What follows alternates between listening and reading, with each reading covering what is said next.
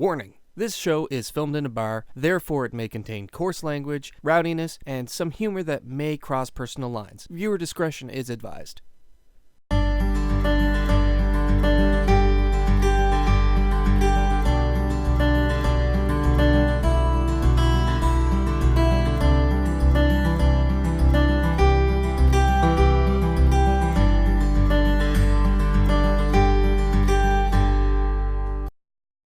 Hey everybody, I'm here with Helen C. Escott, and Helen is an author of a book that's coming out very soon called Operation Wormwood, which is a theological crime drama.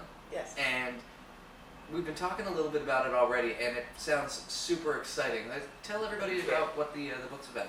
Well, Operation Wormwood is a theological crime thriller, like you said, and what happens in the book is that these victims start showing up at the health science complex, and they have these very distinct symptoms.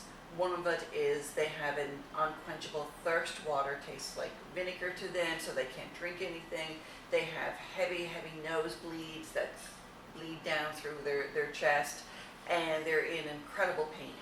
And so one shows up, and then a couple of more start showing up, and so this main doctor and nurse are trying to figure out what's going on. If were these people somewhere where they caught something? Is this a new disease? Is this a SARS? What's happening? And then this police officer shows up, who is a sergeant with the Royal Newfoundland Constabulary, and he says, I know what they have in common. And they say, well, what is it? And he says, they're all suspects in my investigation in a pedophile ring. And so the sergeant is thinking somebody who has been a victim of child abuse is targeting these pedophiles. And so the medical community, the doctor and the nurse, they're trying to find out there's nothing showing up in their blood. So they're trying to figure out what is this disease? How are they being infected? And then the Catholic Church comes out and says there's this priest who is a really good guy. This is not a book against the Catholic Church in any means. As a matter of fact, they actually come out to be the heroes in this book.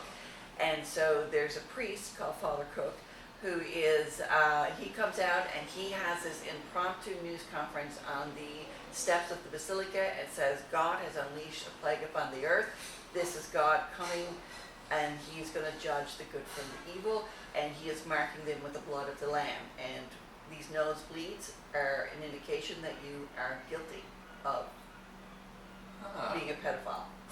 Wow. That's a heavy-hitting concept right there. But I can actually visualize it as you're talking about it. I can see it. You can see the movie? Yeah, I can see this being adapted into a film or a television project. Is there any is there anything in mind for that right now, or? Well, Flanker Press is publishing the book. Okay. And as part of the contract, there is the movie rights there for them to negotiate and for me to negotiate. So yes, as I was writing this, I could see the movie, and when the editors of Flanker Press read it, they could see the movie. And so yeah, we could definitely see a movie deal here. Awesome. And part of that movie deal would be that it has to be made in St. John's, because St. John's is actually a character in this book. So you couldn't make this movie in Nova Scotia and pretend it's St. John's, because you need the Basilica. You need, up behind Basilica, there is the Presentation Mother House, which not a lot of people know about. And it is a convent there. It's a nursing home, really, for elderly nuns. It's a beautiful place. If you ever get a chance, you can drop in. But they have this statue there called the Veiled Virgin. It's one of a kind, and this very important Italian sculptor made the statue. And you could go up anytime, just knock on the door and ask to see the Veiled Virgin. And you could go in and see it. It's just a little donation. All nuns are elderly. They'll be very nice. They'll give you a cup of tea and they'll talk to you. And it's in a little chapel. And there is this belief that if you say the rosary in front of this Veiled Virgin, she will cure you. She'll do whatever you ask for, as long as it's not lottery numbers. Whatever you ask for, she will grant. And the power is there in the statue. So this statue is actually in this book. So you need to do this movie in St. John's. Okay, well, you hear that, everybody who works in the film industry here? This is one that you got to be waiting for. This is one that you got to hold on for, and hopefully we're going to be working. I want to work on this movie. I want to be in this movie. I want to work on this movie. I want to write the script. Awesome. So, when does the book come out? It's August 8th.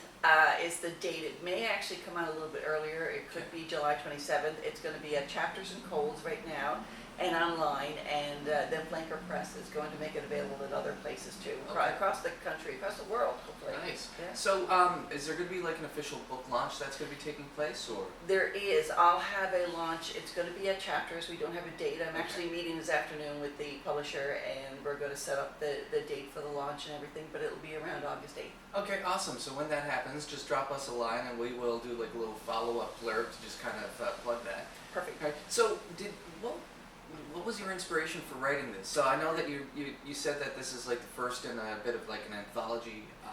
So how did you come up with this idea for an anthology about this concept? What was your inspiration?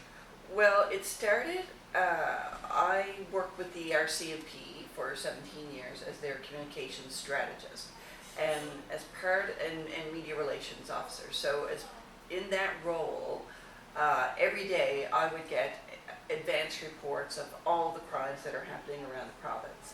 And it just got to the point in me after 17 years that I had developed PTSD from policing, which is very common for police, anybody working in policing, whether you're a police officer or I was a civilian, so even on the civilian side, you develop PTSD from just the ongoing trauma of these investigations. And I just said one time that after one particularly hard case, I just said to myself, why doesn't God just create a disease that if you touched a child, you would die an agonizing death?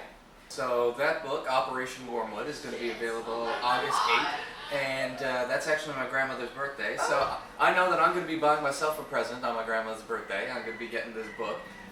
Thank you so much, Helen, for coming in. You guys are going to be looking for Operation Wormwood by Helen C. Escott, and it sounds like it's going to be a fantastic book. I'm really looking forward to reading it, and I'm also looking forward to the upcoming film adaptation when that happens. That's going to be great. Me too. I could see this I could see Russell Crowe in this book. I can see a lot of really good characters in this book. I think this is hopefully it's gonna be a Hollywood movie someday. Here's hoping. Yeah. All right, you have a great day. Thank you.